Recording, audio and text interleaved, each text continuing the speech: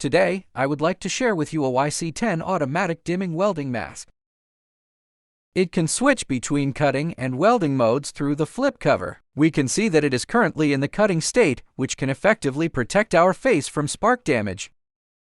Now, let's switch to the welding scene, and we can see that even under high-power welding, the lens can still change light steadily, and the clarity is also very good under constant light.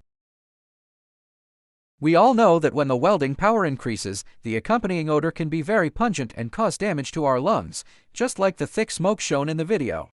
So, we have it the PRO2 automatic air supply fan, which can effectively protect us from the harm of these gases and filter out some unpleasant odors. It also has 3 levels of wind power that can be switched freely, and its ultra-long battery life of over 8 hours also allows us not to worry about whether its battery is running low.